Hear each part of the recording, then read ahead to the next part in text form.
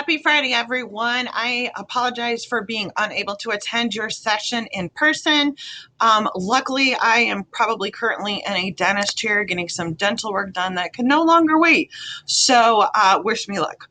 Anywho, I have two portions in today's PD session that I will work through with you briefly here, and then we will turn it over to Kendra and Gay.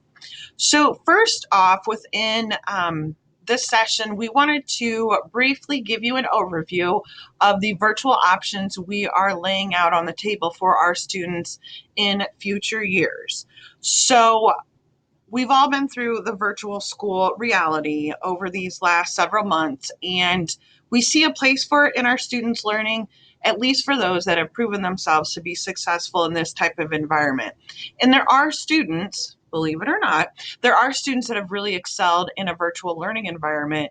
So we want to be prepared to offer them a 100% virtual learning option down the road. So this will be a reality for our seniors next school year. And then the following school year, in the 2022-23 school year, we hope to make this a reality for our junior and our sophomore students. So again, molding a package, it's just a general academic package where they can graduate in achieving those credits that they need within a virtual setting. So I just want to give you a brief overview of what's happening right now in this process. So when I click on this document, it shows you what the virtual senior package looks like. So when you scroll through this, you can get an understanding when I mean general offerings.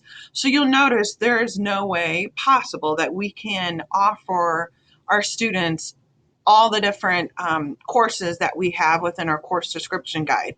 So instead, what we've done is built a generic package for students if they so choose, the virtual option, and they say, I want to do this, I've proven that I can do this, can I have this opportunity? So what you see in yellow right now are courses that we are in the process of developing that are not yet ready to roll 100% virtually. And once we get those up and running, then we will be able to specifically, in a way, recruit seniors who have proven to be successful in this pandemic virtual era and want a 100% virtual option.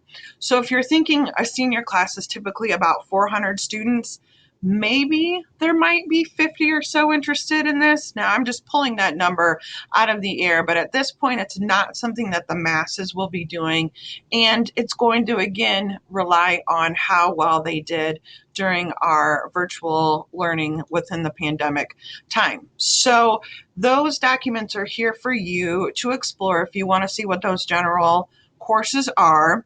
So what's happening right now is we have teachers soon that will be creating those yellow courses that are not yet developed within Canvas so that we can have that package ready to go, and then we can then approach seniors who then would qualify for 100% option and see if that is something they're either interested in. But it would be something that we would offer our students.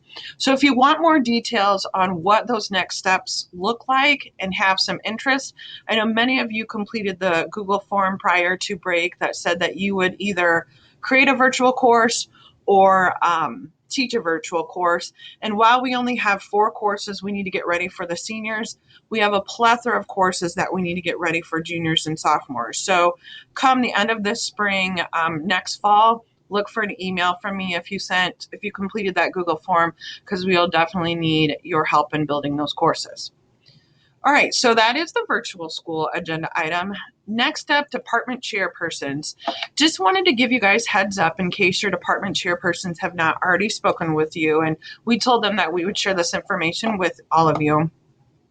We updated the department chairperson job description to reflect the level of learning and leadership that we're expecting within our department. So when I came on a couple of years ago, there were certain things that were assumed, but they were not necessarily in writing. So this has given us an opportunity to put those expectations in writing. So in front of you, wherever you see yellow, that is where we tweaked one of the indicators within the job description to again fully explain what our expectation is.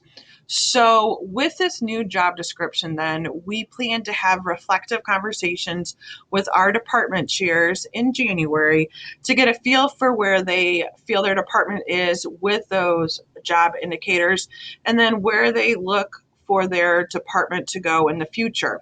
One of the things now that we have Mr. Funston on board and we have a superintendent with an instructional vision moving forward, some of these expectations are going to come to the forefront. And so we want to make sure that our department chairs are ready for that and willing to take on that task.